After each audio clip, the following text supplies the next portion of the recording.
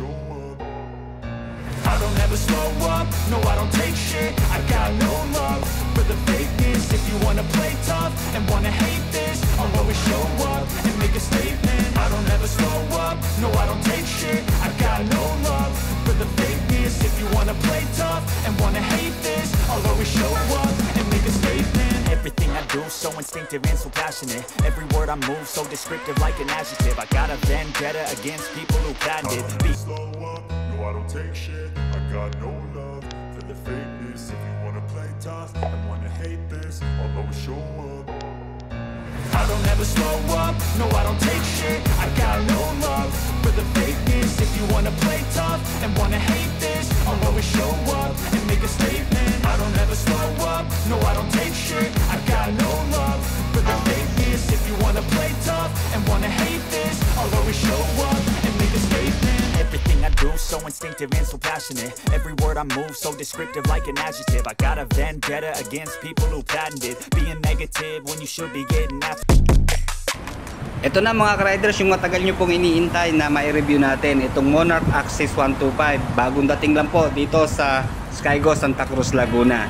Kaya sa mga interesado po, pasyalan nyo lang dito sa Barangay Calyo, Santa Cruz, Laguna. Malapit lang po sa public cemetery. Available po siya sa cash or installment. Mamaya malalaman po natin yung detalye ng kanyang presyo. Malaking tulong po itong bagong labas na brand ng motorsiklo. Ito nga pong Monarch para dun po sa mga naghahanap na budget meal na motorsiklo. Pero pagdating sa specs at forma, hindi na rin po tayo talo. Okay, maswerte tayo mga ka-riders. I-activate po natin ngayong araw. Lalagyan po ng battery. Sir, ano nga first name mo? Jomer. Oh, si Jomer. Dito pala ang kanyang lagay ng battery sa gitna, ano sir? Ayan, tatanggalin natin itong kanyang carrier. Napakal. Grabe, iba po talaga siya sa personal. Akala ko basta-basta lang na motorsiklo ng Monarch. Pero ito ho, kitang-kita naman natin, di ba? Pang-adventure at classic na rin ang kanyang style ng motorsiklo. Ito yung kanyang itsura. Pang-heavy duty na takbuhan talaga. Ito yung hindi ka matatakot na rin kahit sa baha. Kasi mapapansin natin yung kanyang muffler, yung mataas po ang posisyon, di ba? Hindi ito basta-basta maaabot ng baha. Ayan mga riders, dito ho ang posisyon ng kanyang battery sa gitna. Medyo marami lang wiring na nakaharang pero safe naman po. Mas maganda, mataas ang posisyon ng kanyang battery.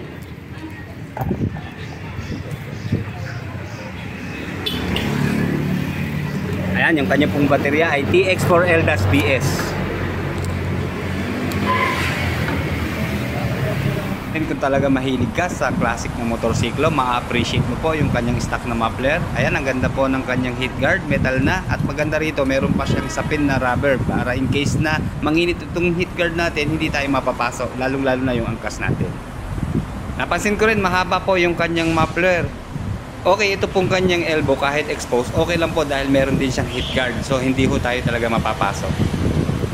At ang nagustuhan ko po sa motorsiklong ito, combine po siya na classic at modernized na ang kanyang mga specifications. Ayan, kita naman natin yung kanyang headlight. Although round shape siya na may pagka-classic talaga, pero LED po ang kanyang headlight. Ayan, meron siyang DRL na nakapalibot po sa kanyang headlight. And then meron po siyang dalawang projector lamp na ito po sigurado yung kanyang high beam at low beam. Okay, dalawang kulay po ang available sa ngayon. Meron po siyang mint green at saka itong glossy white. Kadalasan po yung mga gantong klaseng motorsiklo, yung kanyang body structure, mapapagkamalan po nating e-bike. Pero dahil dito po sa itsura nitong Monarch Axis 125, pang adventure bike po talaga ang kanyang datingan. Kaya sa any road condition ng ating babiyahihin, ayan, kayang-kaya sigurado nitong Monarch Axis 125. Ayan, kita naman natin yung kanyang mahabang telescopic fork na may rubber boot. And then ayan, ang kanya naman pong gulong, ayan, Wanshing Terram brand. Siyempre tube type pa rin po ito. At meron pong sukat dito sa front tire na 2.75 by 18. So yung kanyang diameter ng wheels po ay 18 inches. And then syempre mas bagay po sa gantong classic na motorsiklo na naka-spoke ang ating mga wheels. And then pagdating po sa kanyang braking system, naka-rotor disc po siya dito sa front brake. And then dual piston caliper. And then meron pong sukat na 3.50 by 16 dito naman po sa kanyang rear tire. And then ang angas din ng kanyang taillight, LED rin po. Kakasama na po dito sa isang Westo yung kanyang stoplight, turning signals at saka yung kanyang taillights. And then naka-drum naman po dito sa kanyang rear brake. At ito ang maganda sa kanyang rear suspension, meron na pong sub tank. Oh, grabe. Hindi na natin kailangan bumili ng aftermarket. Dito pa lang po sa stock na rear suspension niya, sob na po. Oh. Ganda pa ng kulay, di ba? Gold at saka combined sa black na meron pong chrome na kulay dito. And then ang taas din po ng position ng kanyang manipela. So wala tayong problema. Hindi tayo pasubsob dito. Sigurado komportable po ang ating pagmamaneho. Okay, ito po yung kanyang naked handlebar. Para siyang di ba, manibela ng BMX. At alam ko mayroon pa po siyang kasamang cellphone holder. May libre na po sila. Mamaya papakita natin. Okay, dun po sa napanood natin sa YouTube, parang iba yung grab bar niya, di ba? Pero sa akin mas maganda po ito. Talaga magagamit natin. Hinga lang medyo bukang-buka yung ating angkas. Ang lapad ng kanyang carrier dito sa likuran, no? Tama-tama pag mayroon tayong kakarga, di ba? Pantrabaho, magagamit din natin to. Lalo na yung mga nagdi-deliver, di ba? Patong-patong lang na box dito, kayang-kaya. At sa bakal po, itong kanyang carrier dito. And then, removable yung kanyang upuan. Ayan, malambot naman po. Kanyang foam. Yun nga lang po, wala siyang U-box. And then dito, meron pa siyang carrier, oh. Dito, pwede tayo maglagay pa dito ng additional na carrier or basket. Yan, yung turning signals pa rin pala niya. LED na rin po. And then yung kanya naman pong foot peg, ayan, may rubber naman. Kasi ito, hindi po siya alloy. Yung bakal po ito, itong kanyang foot peg. Then, ganun din po dito sa rider's foot peg. Ayan, meron siyang rubber din. At then, foldable din siya. Okay, bali semi-automatic po ang transmission nitong Monarch Axis 125. And then meron po siyang 4-speed. Ayan, yung kanyang traditional na gear shift. Primera, segunda, tercera, kwarta, then bawas pa. And then dito po sa kanyang switches and button. Okay, dito po meron siyang passing light, oh. Ito, itong kulay red na button. And then sa gitna, yung kanyang switch po ng headlight, DRL, at saka switch off. Yung kanyang high beam, low beam sign. Turning signals, left and right. And then horn. Saka yung kanyang choke. Then dito sa kabila, meron din siyang kill switch, oh. At saka electric starter push button. Wala po siyang gas, kaya sound check lang tayo sa kanyang busina. And then sa kanyang mga ilaw, ito ha, say-say natin. Pasok natin, medyo against the light po tayo para makita natin maayos yung kanyang digital na round meter.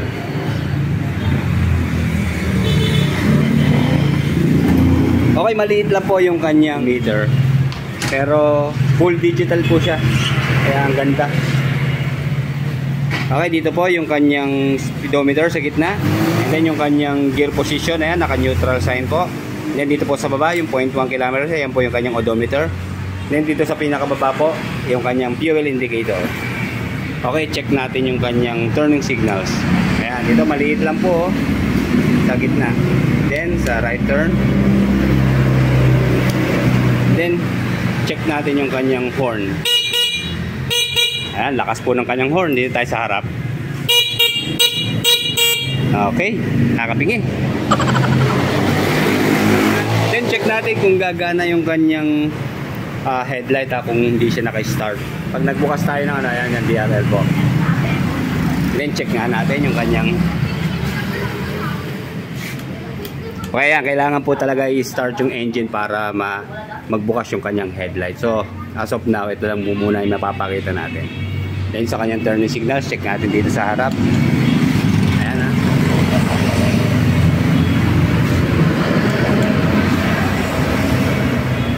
Okay, ito naman po sa tail light, yung kanyang turning signals.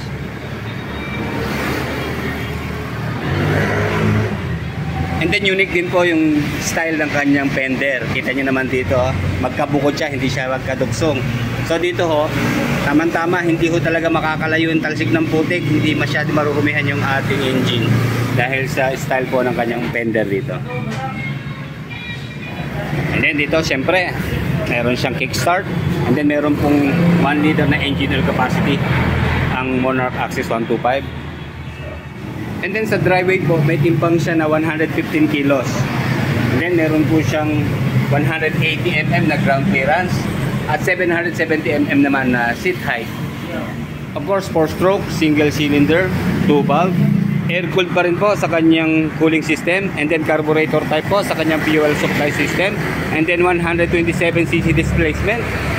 And then meron po siyang maximum power na 10 horsepower at 8,000 RPM, at maximum torque naman po na 10.5 Newton meter at 5,500 RPM. Check po natin yung kanyang fuel tank. Andito po yung kanyang susian. Ayan. Okay, ayan. Okay, ito hindi ho removable itong sa kanyang rider seat. Ito ho ang removable itong sa ating back rider. Okay, meron po siyang 9 liters na fuel tank capacity. And then meron po siyang 40 kilometers per 1 liter na fuel consumption. And then sa top speed, wala po tayong idea. Siguro itong 125, kaya po niya ang mga 100 kilometers per hour. Okay, ito po yung kanyang freebies na cellphone holder. Check natin ano bang brand ito. Okay, wala kang problema kahit anong brand. Importante meron. Kakabit ni Sir Jomel.